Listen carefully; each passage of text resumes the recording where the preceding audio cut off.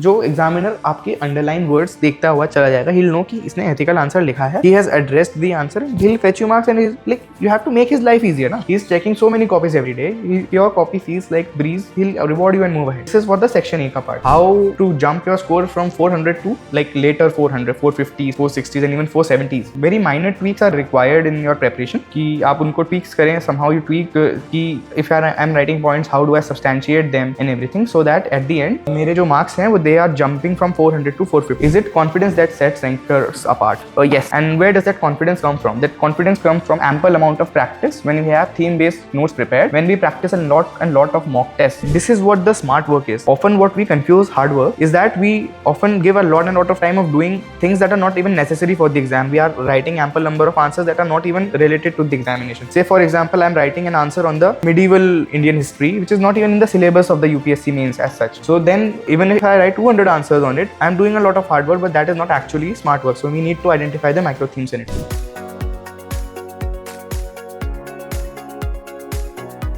This session we'll be discussing the macro dynamics of how you have to prepare this for this exam, especially the GS. Now that I have achieved this score, I have some insights into how you can get a good marks into the exam. So we'll be discussing this paper by paper. First of all, the broad understanding that I have developed is that we need to prepare in a very examiner-centric way of preparing. So basically we have to write our copy in a way such that the examiner himself is interested in reading our copy. We have to make the life of the examiner easy in checking the copy. So here is where the popular understanding in the market there is that we need to write in points and we need to give a proper example comes in. So this is how we'll go. We'll first discuss GS1, then 2, then 3 and then finally 4. First of all, what are the prerequisites before answer writing is you need to have very proper notes prepared in your for your GS. There are several topics that the syllabus itself defines, and for those topics you need to have a very crisp understanding of everything, so that at the end when you are going to write the paper, you are not troubled by the surprise questions that are therein. So mostly the paper is from the topics only. But as we'll discuss throughout, we will see how it goes. So let's begin the session. About me, I got 458 in GS. My name is Piyush, and now this is my mark sheet. And like, what are we doing differently? I prepared with some of my peers, and like all of them have gotten very good marks. And there is something that we found common in our preparation, and we'll be discussing in this session that how to jump your score from 400 to like later 400, 450s, 460s and even 470s. It's very minor tweaks are required in your preparation कि आप उनको tweaks करें. Somehow you tweak कि if I'm writing points, how do I substantiate them and everything, so that at the end मेरे जो marks हैं वो they are jumping from 400 to 450. If you are in the 350 range, there are some things I should first clarify, that to jump from the 350 or lower 300s range into the 400 range, some things are mandatory. First of all, you need to attempt every question. You need to write, you cannot skip a question, because the examiner often punishes you for missing a question somehow, and there is a very high pitfall of around 5-6 marks if you leave a 15 marker. So that itself per paper would put you around 20-24 marks behind everyone. So you cannot leave any question. Secondly, you have to write in points. That is very necessary, because nowadays how the UPSC examiner is evaluating the copies, he is looking for various dimensions in the copies. So to ensure that there are ample amount of dimensions that are covered, we need to ensure that we write an ample number of points to at least show the examiner that okay, we have covered this many types of all the dimensions that can be covered in the answer. These two things alone will, in my opinion, ensure that you get a decently well 400 in GS. But then to jump into 450s and later 500s, we need to go deeper. Now that we will see in this. So what are we doing differently? Let's address the first question. Why do aspirants fall short despite hard work, and how do ranker convert into marks? So why do aspirants fall short? The thing is, most of the aspirants don't have very well notes prepared. We need to prepare a very theme based notes of our, हमारे notes बहुत theme based होने चाहिए, that we analyse the PYQs, we see कि कैसे वो PYQs are repeating across the over the years, in which recently you can prepare them by yourself also. There is this document also in which you can use, like these are the micro themes, like art forms, Bhakti Sufi movement, Buddhism, Indian philosophy, Gandhi leaders. So these are the themes in which you have to have your notes prepared in a way that these themes, if any question on these themes comes, and mostly what happens is questions come on these themes only. So you have to ensure that at least on these themes your notes are prepared, so that any question that comes you are able to answer it without taking too much time into the thinking area. So as you can see, there are a lot of themes. This is the GS1 theme, as you can see. So like art forms, Bhakti Sufi movement, Buddhism, civilization. So what do rankers do is, rankers prepare very well notes on these themes, and then they do this is what the smart work is. Often what we confuse hard work is that we often give a lot of time of doing things that are not even necessary for the exam. We are writing ample number of answers that are not even related to the examination. Say for example, I am writing an answer on the medieval in Indian history, which is not even in the syllabus of the UPSC mains as such. So then even if I write 200 answers on it, I'm doing a lot of hard work, but that is not actually smart work. So we need to identify the micro themes in it. And how do rankers convert into marks? We use these notes, substantiate them very well into the example point format, and then we ensure that the examiner catches our eye by making the presentation very beautiful, by using a lot of diagrams, bar graphs, pie charts, so as to ensure that the examiner knows that this person knows what he's writing. That is very important. Let's go to the second question. Is it confidence that sets rankers apart? Yes. And where does that confidence come from? That confidence comes from ample amount of practice. When we have theme-based notes prepared, when we practice a lot of mock tests, so oftentimes what happens is we don't have notes on everything prepared. Like many of you would be confused that what to do between prelims and mains phase. Oftentimes it happens is most of our notes are not even prepared before prelims. So there are ample ways. Many coachings, what they do is they release their own notes topic wise. So you can consider them. I also considered one coaching notes, and this was also a good notes that topic wise they have given. Nature of constitution, like this is the GS2 notes they have given. So you can consider this as well. They have given the PYQs as well. They have given the quotes as well, the constitution. They have given the introduction of how you can use the answer directly. You can put it into your answer to make it notes.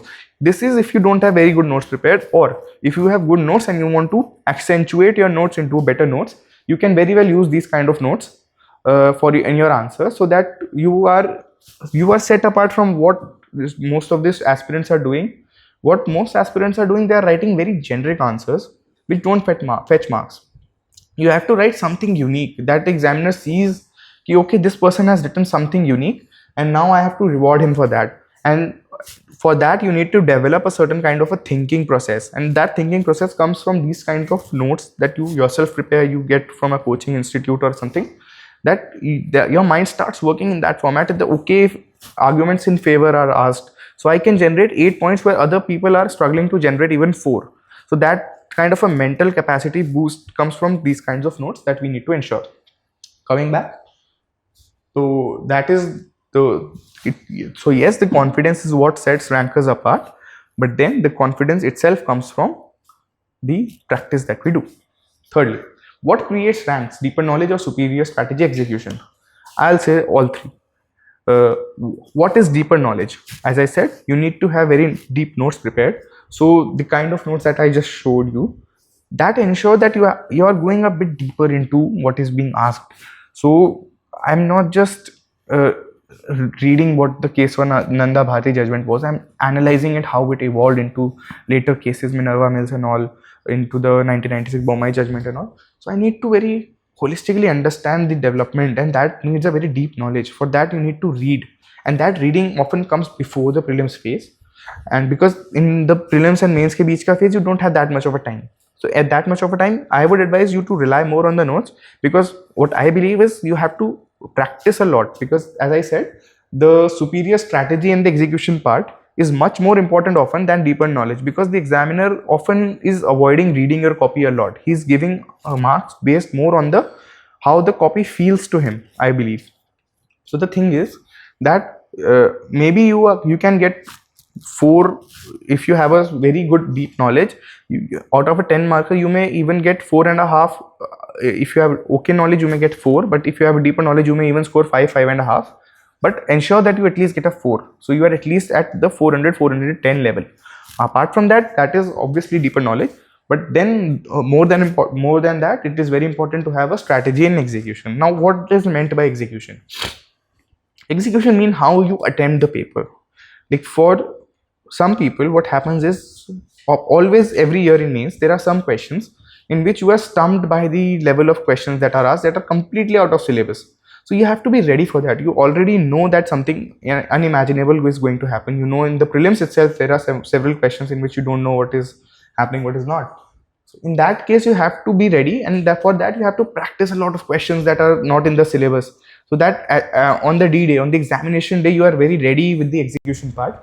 So you have to prepare a very deep strategy for it. Ki, acha, I'll do question 1 to 5 first, because they are the ones that examiner checks first, and then I'll attempt the 11 to 20 wala question, because that is the area, 15 markers, in which I'll get the most rewarded. So if I am able easily to get around 60 marks per, that is 6 marks per question in those 15 markers, I'll easily get a 60 in those.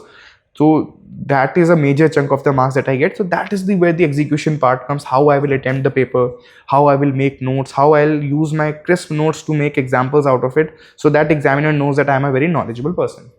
So a combination of all three. How do you objectively judge that knowledge is sufficient and execution is now the real bottleneck? Only by writing. You have to write a lot. In the period between prelims and mains, attempt as many mock tests as you can, analyze them so deeply that you know that, okay, any question that is being asked, say in polity, say in geography, that is for example, there was a fjords question around 2 to 3 years back. Most of the time it happens is people often start discussing that one particular question that is out of syllabus for everyone. Now it does not decide the differential of marks between us. The only differential is that the confidence that you carry in the rest 19 questions, if you carry it in the fjord question as well, you will be able to get a 3, 3.5 in where everybody is getting a 0. So that is where the minute differences start to create. So you have to realize that your knowledge is always sufficient. You have cleared prelims. That itself means that you have a sufficient amount of knowledge within yourself. Never doubt that. You have to keep working on your knowledge, but at the same time, you have to keep executing the test series as well. That will ensure that your hand gets this muscle memory of writing even when you know a very less kind of things. That's a very important art that you need to learn, that how to write points when you don't know anything. That comes by writing a lot. How do you spot execution gaps, and what does rank level execution actually look like? Yes, that's a very interesting question. So first of all, there are a few issues that we face when we attempt mock tests. Obviously, that execution is mock tests only before the exam when you execute it. First of all is, am I able to attempt all the 20 questions in the paper or not?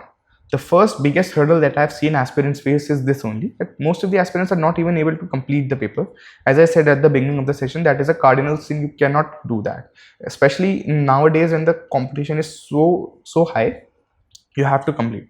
So first of all, you have to ensure that for a rank level execution, you have to ensure that all 20 questions are done. Secondly, you must have been referring to a lot of topper copies. What I have observed personally in a lot of topper copies is that their copies actually look like topper copies.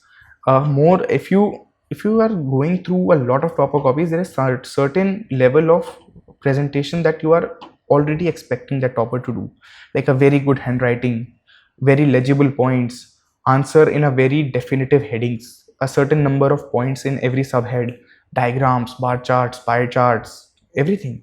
So that is the level of execution that you need to achieve. Now the question is, how do you achieve that? How we achieve that? By practicing a lot. You can't just out of the blue have a bar chart created in the actual exam. You need to prepare it in your notes. You have to write a lot of tests. Say for example, there is a question on economy in which there is a comparison of GDP over the years. in the exam, in those 7 minutes, you can't be expected to immediately draw a bar chart. You need to have it in your notes, you need to have it prepared beforehand when you're writing the mocks. Okay, somehow you write the mock and you realize that okay, my answer is not looking like a topper copy. Why? Because it is lacking these bar charts, these pie graphs, these diagrams. So what you do, you tend to train your mind ki, okay, from now I will draw bar charts. So you take your notes in a separate page, you draw a sample bar chart that okay, next. So what happens is next time when you're writing an answer, your mind automatically switches that how can I make this answer even much more beautiful, much more examiner centric, much more data centric. So that is how you improve in your copy. So that is what actually a rank level execution looks like. The role of mentorship. Yes, mentorship plays a very critical role. As I am saying that these all things come slowly. There is always a mentor for you. Like you need the art of generating points is mostly taught by a mentor. What you can do is you can use AI tools as well, but they are often very tedious thing to do, and you can't be expected in this prelims and mains ka phase to do that. Like I'm generating 4 points and you use AI per question, then you get 8 points, 10 points, and you understand okay, it is a gradual process, but to hasten it you need to have a good mentor with you. So that is very important. There is an art of generating points, but that is for that I will talk sometime later. But yes, mentorship I believe has a very important role to play. Okay, last 50 days prelim strategy. For the last 50 days of the prelims, what we have to do is that in prelims, I believe, apart from this year prelims, if we go back, this year prelims was an, I believe, anomaly in some sports. But the static portion is all in that is in your control. So the polity, economy, modern history, the ancient history part, and the economy part. These 5-6 topics are the only thing that are in your hands actually. So you have to ensure that whatever 30-40 questions that are come, your accuracy has to be more than 90%. You cannot have an accuracy that is less than 90%, and because in the rest 60 questions, you have to ensure that you cannot be expected to have an accuracy of more than 60%. If it is there, it is the most brilliant thing. But in these static questions are what clears you prelims. Okay. So what is the last 50 days strategy? So in the last 50 days, you have to ensure that your static subjects are very well done. You are not lacking in those. You have to revise them a lot. The standard books that you do, whatever they are, you have to ensure that you are revising them a lot. Okay. Okay, mains go for the kill. This we'll be discussing subject wise when we are discussing this session. So we'll discuss this later. Okay. So what is a ranker level execution? So we'll discuss this one by one.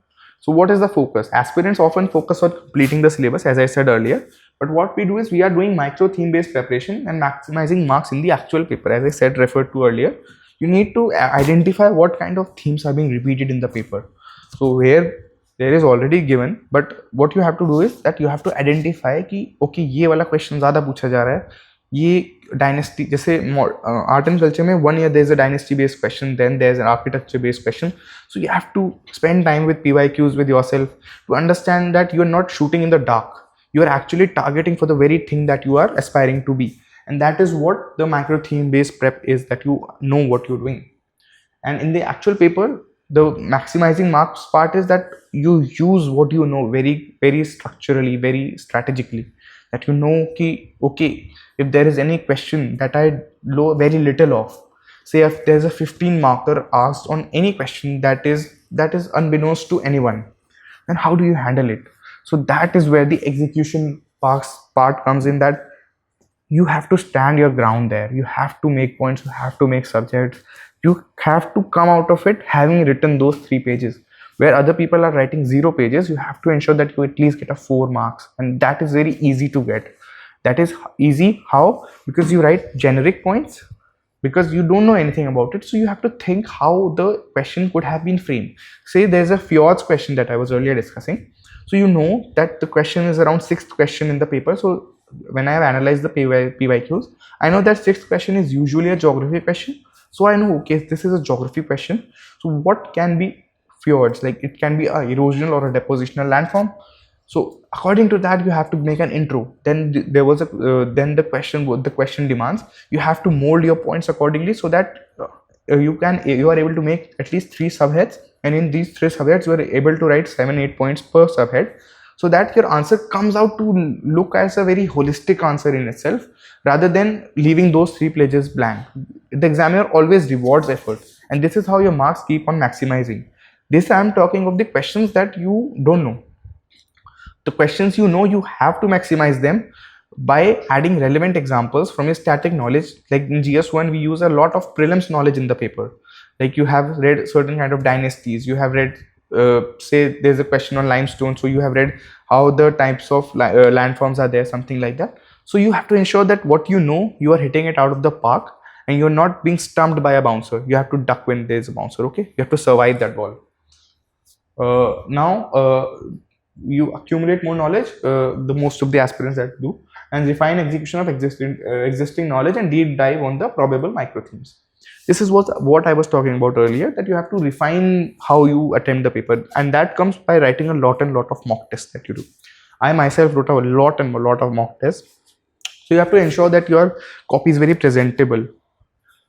Passive reading and revision, yes. Active answer writing, as we were talking about, you have to improve through the best practices that you have. You have to read a lot of topper copies to see what they are doing new. They are doing a lot of bar charts, pie charts, and in GS2 they are writing a lot of judgments, cases, best practices, data, articles. So how do I inculcate that in my answer, that you learn from the topper copies? So that is the best practices that you have to learn. The feedback loop, okay, yes, there is no structured evaluation. Yes, you have to have a feedback loop. That's what I was saying, that you need to have a good mentor with you that ensures that your copies are being evaluated, someone who can point out that, okay, this is what you're missing. Sometimes these are as small things that making arrows pointed rather than curved. That simple change often enhances the beauty of the copy, and that changes the whole perception of the copy that comes out to the examiner. So these micro themes, these micro things that are there, you have to ensure that you have a proper mentor, proper guide in your preparation, so that they are able to point out where exactly you are lacking in your preparation. So this is very important for us, to have a proper mentor that guides us through this, because otherwise it's a very tedious process. I'm not saying it can't be done without a mentor. It can be done, but like, why do you have to do something in 5 years which can be done in 3 months, right? So that is the point. Okay, so scattered effort across multiple sources, exactly my point. That is what main problem is. And targeting micro theme prep and clear exam oriented strategy, that is what I was talking about. That you have to know the 20 questions, that you are ready to face those 20 questions. You know in your heart that whatever question is not known by me is not known by anyone else. That sort of confidence comes when you know that you have prepared very well, you know themes of the questions that are being asked, and you have practiced enough that you know that whatever question is being asked on any theme per se, you are able to answer it very well. Notes, yes, bulky, static, and hard to revise, and crisp, dynamic, one-pager revision friendly notes. This is what comes to the D-Day strategy now. So you have prepared your notes, you have had a lot of answer writing practice and everything, but there are certainly things in every GS 1, 2, 3, 4 paper that you will forget every year. Like, for example, you at the end, by the exam, end of the exam comes, like by the second last week of August, you will have been knowing everything that is there. Like, you will know how to generate a lot of points, you'll know how to make filler points, but that only reaches you only to 400 mark. But to go to that 450, 500 mark, what you have to do is you have to substantiate them with very pinpointed, crisp examples. So you need to have that list of that examples prepared with you, and revise them all and all, so that whenever any question is asked, you mold your point in such a way that those examples rightly fit into that point and make your answer bloom. That is the main challenge, that is the most part, and that should not be a bulky note, because you have to revise them in the exam center. When you reach the exam center at 7:30, 7:45, and you have those 45 minutes with you, you have to read those, because so that in the next 3 hours you are able to execute it very beautifully, and you get the maximum returns out of it. So you need to have a very crisp, revision friendly notes with you. Yes, that is what rankers do differently. Okay, let's now go to GS1 copy. GS1 start. Okay, So I got a decently well score of 113 in GS1 this year. So what is it? Okay, so GS1 mostly comprises of 4 topics. That is art and culture. Then there's modern history. Then there is geography and society. Apart from that, 2 ancillary topics, post-independence and world history that we have. Now, for this, what we have to do is, for art and culture, what we have is that you need to use your prelims knowledge very well. You have read a lot of things in the prelims, like you have read the contributions of Cholas, you read the contribution of Pandyas and Gupta dynasty and all. You have to mingle it in one answer there. So say for example, you have read the contribution in cave developments of some dynasty, and the same dynasty you have read somewhere in the temple development. Now you have to bring those examples into your answer when the question is asked on that particular dynasty. So there is already an ample amount of knowledge in yourself, but you have to ensure that how can I maximize my score by putting in the right examples. So in art and architecture, you have to use your prelims knowledge very well. So ensure that your prelims knowledge is good enough. Study round in GS1 especially, the knowledge part becomes very important. In art and culture, this part is very important. Now in modern history, what you have to have is, you have to have very theme based questions notes prepared. Say for example, there is a question on Quit India movement or on a civil disobedience movement. You need to know the 7-8 points of why it was important, what were the challenges of it, and what were the role of different leaders in those movements. So when you have these prepared, you know a holistic understanding of what is being asked in these answers. So this will really help you in writing an answer without thinking much. The main paucity of time is the main issue that we face during mains. So you need to have very concise notes prepared. Like I even had my notes prepared to the extent that any question that comes, I know what to do, what not to do. This is very important that you use your prelims knowledge. Now moving on to geography. Geography itself is a very evolving subject in GS1 paper. They are asking very different types of questions, more of an understanding based questions of late. So you need to have very crisp understanding of the whole subject. Here in geography especially, there comes the importance of art of generating a lot of points, because you have to put in various dimensions. Say they have asked, why is a particular industry located at a particular place? So you have to ensure that, okay, there is a technological dimension, there is a human dimension, there is a resource dimension, there is a transport dimension. So you have to think in that way, that you have generated a lot of points. You have told the examiner that I know a lot of things that can be thought of. So he'll naturally reward you over an aspirant who thinks only in one dimension. So in geography especially, practice a lot as much as you can, and ensure that any question does not scare you initially. You have to do that blue geography NCERT of class 11th, because that is a lot of questions are asked there, and the Indian geography as well, because the questions like monsoons and all are asked frequently nowadays. So you need to have that kind of an understanding that you are able to write a 3-pager answer comfortably with a lot of points in there. Now then there's the society part. In society, I believe that your understanding of the whole society also plays a part. If you're able to generate a nuanced perspective, say you saw a certain gender-based crime being committed somewhere, and your own understanding of some sorts of it, well, if you can bring it out in the paper as sort of example or something, then that is very highly rewarded. I've seen that examiners often very highly appreciate your art of bringing your own personal experiences into the answer. So you have to ensure that your answer is very nuanced. Now let us look at this.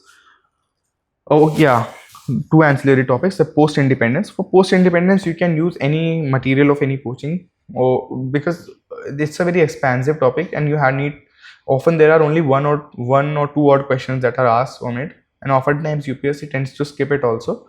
So you need to just have a crisp understanding of what all has happened, so you are able to write 20-21 points in the answer. That would be enough. And similarly in world history, the French Revolution, the World War I, II, American Revolution, these are 4-5 topics, micro themes that you need to prepare notes on. So ultimately that if and when the questions are asked, you're not totally stumped, or you're not relatively behind your fellow aspirants as such. Okay, so like this is another approach to it. Like You can begin with a quote and referencing to Potter Stewart adds intellectual depth. There are many ways of beginning and ending an answer, and one of these is this, that you can use a quote-based introduction as well. So that is what sometimes people do, and then there's effective examples are also there, like the Yu Sugiyam's example, like he voluntarily discussed. So you add a, like as I was saying, that you add a context to your example. You're giving an example of society, say women-led discrimination, and you somehow give an example of what has happened in a recent incident. So that shows how aware you are of the things around you, and that is highly rewarded. Apart from that, logical structuring of your answer, you have to have a sequential structure of introduction, code of conduct, examples, conclusions. That I was saying, you have an introduction, then you address the question, then you address the way forward part, and then you conclude the question. So this is how your answer is expected to be, because you have to be a solution oriented person. You can't just point out the problems and go, okay, these are the problems that are asked in the question, and I'll just go my way and go to the next question. You are expected to be a solution oriented bureaucrat. So you need to tell, okay, these are 5 ways in which we can go further, so that we have a ample amount of the examiner knows that this person is a solution, also knows the solutions to the problem, even though they are not asked. That is very important. And yes, comparative framing, that okay, this is also important. Now we'll go to GS2. In GS2 there are 4 subjects also. Again, there's polity, then there's social justice, governance, and IR. Now the major chunk of this is polity only, and in polity there are 10 questions, so it total comprises of almost, I guess, 125 marks. This is the one of the biggest chunk and one of the highest scoring area of GS2. You have to ensure that your answer is not just another GS answer. You have to have a ready reckoner of a lot of judgments, a lot of committees of every that were formed. Say there's a Panchayati Raj question, so you need to refer to the committees that have been formed over the years. Then the articles are mandatory. You have to introduce your question with the article to show the examiner that you have a cursory, not just a cursory understanding, but a deep understanding of the issue that is being asked. And then there's best practices that you can inculcate from a different sort of areas that are there. And apart from that, data as well. You need to use your for this you need to prepare very crisp sheets of everything, like judgments, topic wise judgment, theme wise, and then the committees, the articles, datas, everything. You need to prepare very crisp notes, because these are the things that will differentiate your marks. These are the things that will take you from that 190 mark range to 120 mark range, because everybody is stuck in the 90 mark range because they are writing a whole lot of points, but that they are not substantiating it with credible examples. So these kinds of things, the judgments that have been pronounced over the years, that will differentiate your marks. So this is mostly in polity. Apart from that, you need to have the micro theme based notes prepared of every topic. There are very limited topics in polity, not too much. So you need to have that understanding that, okay, if any question of any section of polity is asked, because polity section syllabus is very well defined, so you need to have those. In governance, what you have to do is, in governance you have to prepare a list of examples. Like there's the question of e-governance that is usually asked.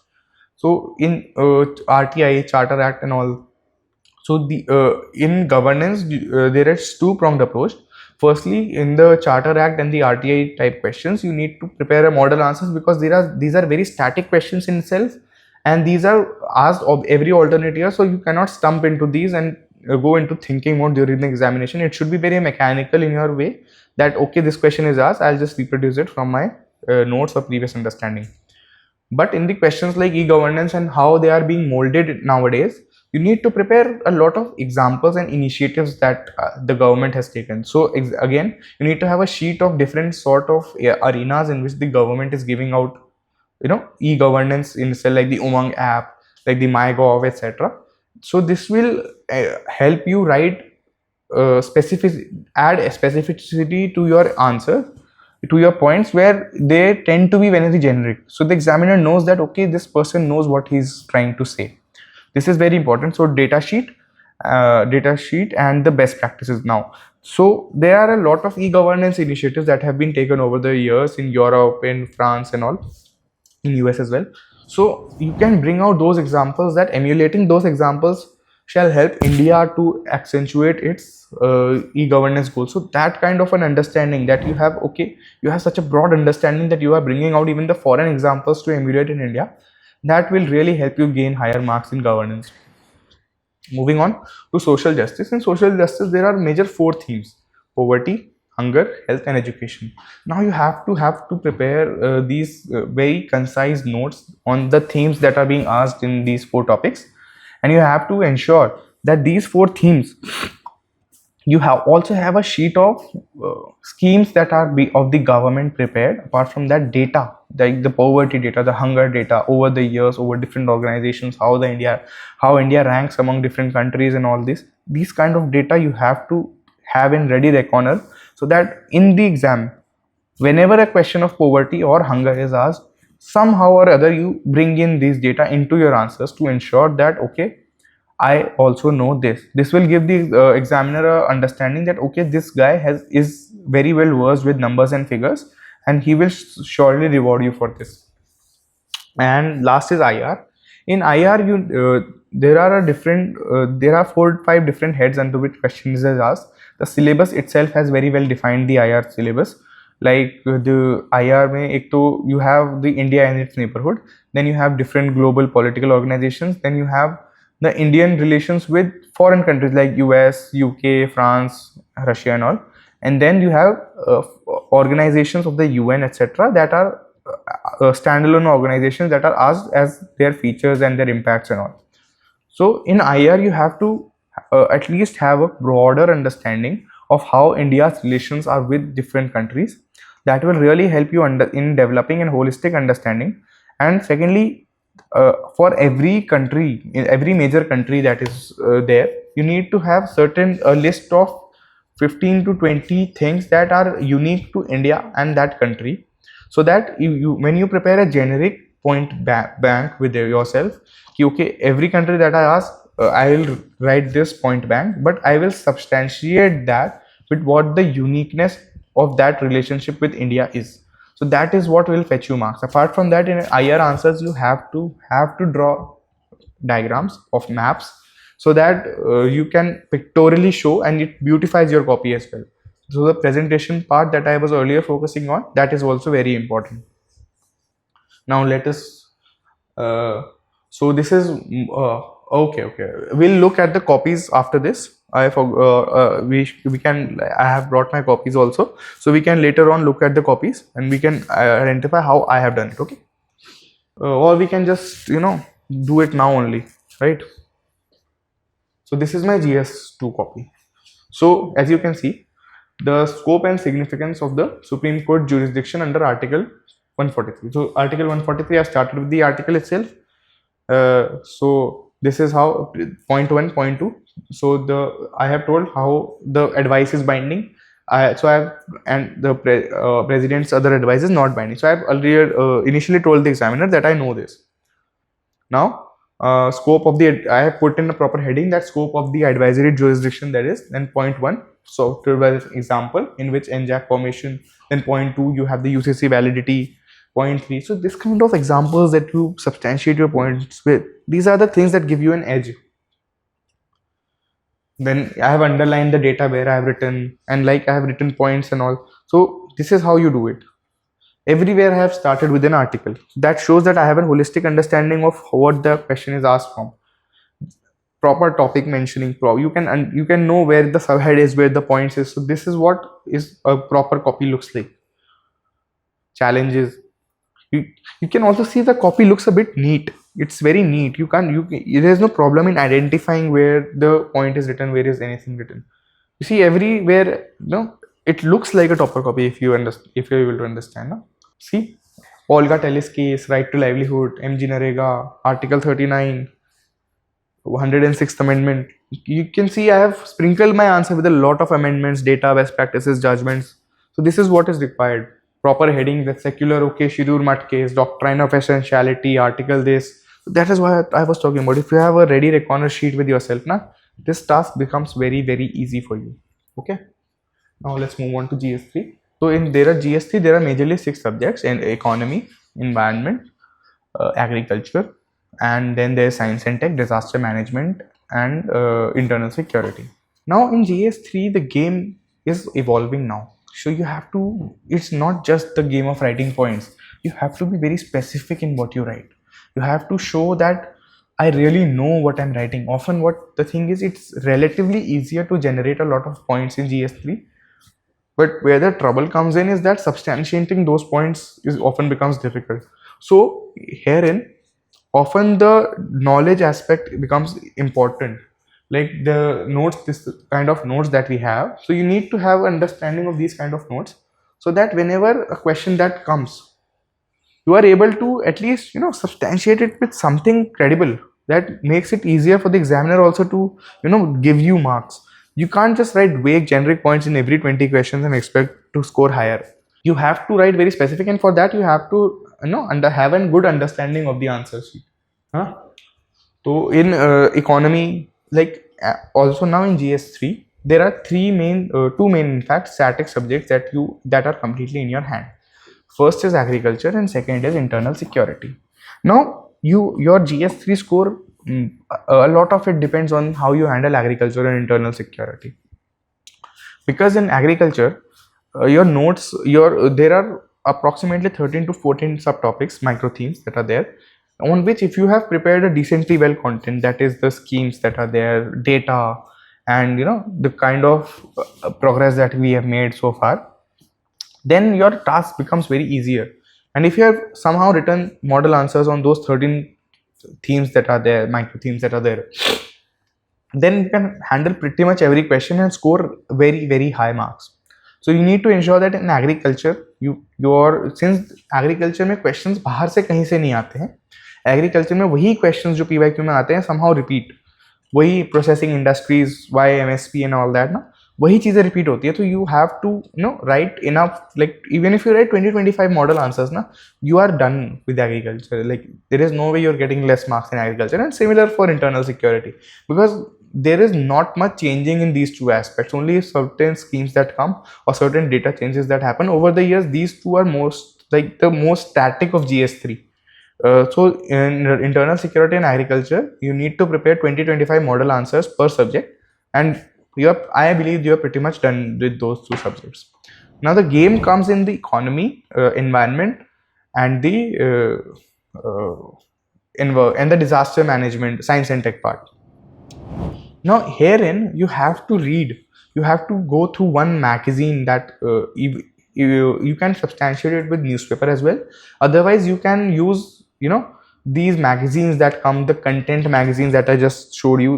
This every coaching PIB and all brings these out. So you can use them to your own advantage to gain knowledge, so that you can use them directly in your answers.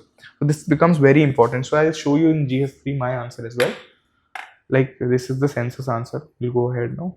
Okay, this is the Niti Aayog question. So you can see I've written a lot of points. Again, my presentation is very nice overall.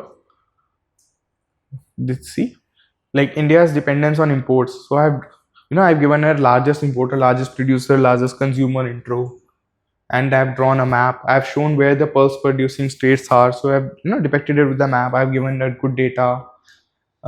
Examples of moong dal to 52% still rain fed. This you have to do. You have to have this ready reckoner, that you can show that okay, 40%, every point somehow brings in that sort of data, and that automatically boosts marks, because not everybody is doing this. This is what differentiates your copy with everyone else. Like 22 crops including 12 pulses, schemes dal the A3P and all this. This is what helps you in scoring higher marks. Draw some sort of diagram as well in your answers, because that enhances the beauty of the copy, right? Now, in environment as well, what you have to do is that in environment, you need to prepare very concise notes. Like often the environment there are 2-3 questions in the whole paper, one of which is very static. Like this year there was the Paris Agreement question. Apart from that, one question is very dynamic. So you have to at least ensure that one static question very well. That is, your prelims ka knowledge will be best used here. But ensure that at least 5-7 pages के concise notes हो एकदम, ताकि आप उनको सुबह पढ़ के एकदम जा सके पेपर में. So broadly GS3 में तो यही रहता है आपका strategy. Now comes the game of GS4. Now GS4 में I scored 128. Now in GS4, there are two parts. There's the section A and there's the section B. In section A, the static part is asked, and in there also there is code-based questions and non-code-based questions. In code-based questions, you have to show your level of understanding of how you understand that particular code. So that is what fetches you marks, not just breaking down the codes into parts and just explaining what the code is. The question specifically asks what this code mean to you. So you have to show your nuanced understanding of that particular code. So in the non-code based questions, now what you all have to prepare in this is that in non-code based questions, what differentiates your marks is your copy has to look like it's an ethics copy. And what do I mean by that? So ethics copy should look like I have written an ethical answer. My copy shows the ethical side of what I'm writing. Say I'm talking about the goodness of state, how the ruler should be. So I can just simply write the ruler should be good, okay, and move ahead. But that does not fetch marks. That is just a random point that you make. But if you substantiate it with upholding yoga shema principle, now when you add that yoga shema wala word, that enhances your copy. That shows that okay, this guy is writing an ethical answer. You have to, if you're showing that okay, ends means ka hai, so you have to write that following deontological approach, following teleological approach. So for this you need to prepare around 50-60 of these keywords that I just mentioned in your answers beforehand. Write on a sheet. And if you're having trouble with how to bring these up, you're I don't know what this means, keyword kaise use karna, you can just prepare a sheet in which one side you have written the words and on the other side you have written the meaning of those words, or even better, if you can use them, where can I use them in context. So that will really boost up your marks. So ensure that these kind of keywords, thinkers, ethical words, accountability, transparency, इन सबसे आगे आके accountability के बाद क्या, accountability सब लिख रहे हैं, उससे 90 ही आ रहे हैं आपके, पर 90 से ऊपर कैसे जाना है, तो वो ये सब वर्ड्स जो है ना, योगा क्षेमा एंड डिओंटोलॉजी, टेलियोलॉजी, राजधर्मा, अर्थ, कौटिल्य का शास्त्र में, इस तरह से when you write these kind of things, naturally your ethics score will boost. I'll show you my copy as well. Also try to inculcate a diagram in your answer at the beginning of the answer, so I believe that it gives a pleasant look to your copy. See, Rajdharma, I have mentioned it, okay, or prevent Matsya Nyaya. So I have written a Geminic point, importance in upholding safety of citizens, okay. So but I have showed that okay, it prevents Matsya Nyaya. Now when I say it prevents Matsya Nyaya, I am showing the ethical side of the answer. So that risk of Orwellian state, Big Brother syndrome, follow Kant's deontology. So when I mention these kind of things, follow Kant's deontology and stuff like this. So that is what makes an answer, ethical. These kind of diagrams also, they beautify your copy. This makes your copy look beautiful as well. Anekantwad, the Ridhar Narayan principle of Dayanand Saraswati. So what I have written, you have to write generic points substantiated by these kind of theories. Like motivates one to do something for good of society and downtrodden. I could have just moved ahead with this point, but that would not have fetched me marks because my point would not have been unique as such. But now when I write that, okay, when I do this sort of thing, it upholds the Daridhar Narayan principle of Narayan Saraswati. Now automatically my answer enhances itself in beauty. Now it shows that okay, this is an ethical answer in itself. So this is what you have to ensure that you do in your copy, and you have to do it across. If you see, I have followed a standard pattern of introduction of the definition, then a diagram, and then this Sadwad and example. Also, you have to prepare a list of good civil servant examples and otherwise examples like Azim Premji and all. What the civil servant examples and the non-civil servant examples to gain a better understanding and show to the examiner that you're not just focused on the Gandhi Buddha part. Your answer should be looking beautiful. Like if you see, it looks very uniform in a whole line. There's a diagram, there's this heading, subhead, then there's 1, 2, 3. That should look like this. I have inculcated a diagram here as well.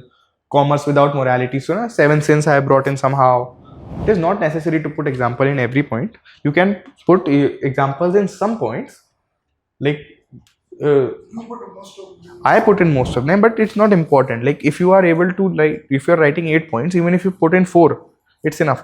Ensure that initially at the start of the answer you're putting in more, so that the examiner knows that you're putting in examples. Later on, it's fine. It's not much of a game. Obviously, if you are like looking to score very high, na, it is better that the more the merrier. Okay. Again, this code based.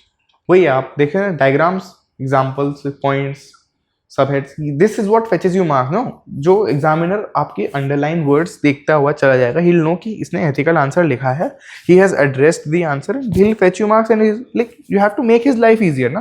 He is checking so many copies every day. If your copy feels like breeze, he will reward you and move ahead. So this is for the section A का part. Now section B में what you have to do is, there's a different kinds of approach. In section B, what you have to do is, in section B में and prepare already themes on what the case studies are being asked. So there are 12-13 themes on which case studies are asked. On that, you can prepare ethical dilemmas that are asked, because a lot of time is of the most precious quality in ethics का paper. You don't get that much time in ethics का paper because 60 pages कुछ आते हैं आजकल. तो आप जितना पहले प्रिपेयर कर लेंगे अपना डिलेमास वगैरह, उतना आपके लिए बेटर होगा. तो थीम वाइज आप अपने नोट्स प्रिपेयर कर लीजिए पर केस स्टडी. मान लीजिए you have identify, like earlier I was showing that this kind of themes are there, micro themes, है ना. So in these themes you prepare, जैसे information sharing, transparency, probity etcetera, जैसे इस तरह के थीम्स पे आते हैं. मान लीजिए 4-5, यूजुअली तो वो 4-5 ही थीम होती है, बट आप 13-14 पे कर लीजिए उसमें, so that what happens is your time is saved a lot in the paper. तो उसके बाद एक होती है, आप स्टेक होल्डर्स बता रहे हैं इस प्रोसेस में कौन कौन है, फिर जो क्वेश्चन आया है उसको आप होलिस्टिकली एड्रेस कीजिए कि ये ऑप्शंस हैं and these are the merits and the demerits. And last में आप बताइए कि I will follow this view of it, और उससे आपका आंसर हो जाएगा. तो एक केस स्टडी में you have to be very concise in what you say, but you have to be very holistic in what you say. आपको अपनी बात संक्षेप में बहुत सटीकता से रखनी है. This is what the across the GS papers is.